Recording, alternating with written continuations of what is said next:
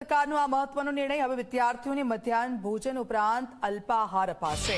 સરકારની ગ્રાન્ટેડ શાળાઓમાં ધોરણ 8 સુધીના બાળકોને અલ્પાહાર મળશે। બાળકોને અલ્પાહાર માટે વર્ષે થશે 617 કરોડ રૂપિયાનો ખર્ચ।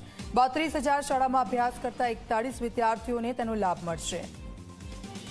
તો સરકારી અને ગ્રાન્ટેડ શાળામાં ધોરણ 8 સુધીના બાળકોને અલ્પાહાર મળશે।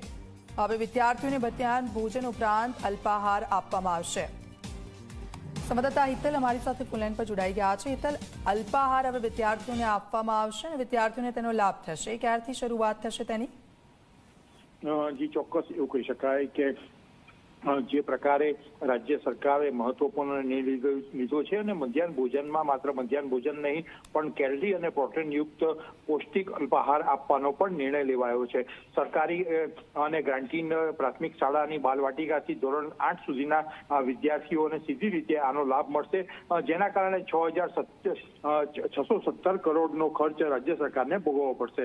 મધ્યાહન ભોજનના માનદ વેતનમાં પણ 50% જેટલો વધારો કરવામાં આવ્યો છે। જે પ્રકારની વિગતો અત્યારે સામે આવી રહી છે એ પ્રકારે જોવા જઈએ તો 32,000 ઉપરાંતની શાળાઓમાં 41 લાખ વિદ્યાર્થીઓને સીધો આનો લાભ કરવામાં આવશે। ક્યાંક ને ક્યાંક જોવા જઈએ તો વહેલી તકે આ નિર્ણયનો અમલ પણ શરૂ કરી દેવામાં આવશે। જી બિલકુલ, આભાર હિતલ સમગ્ર વિગત બદલ।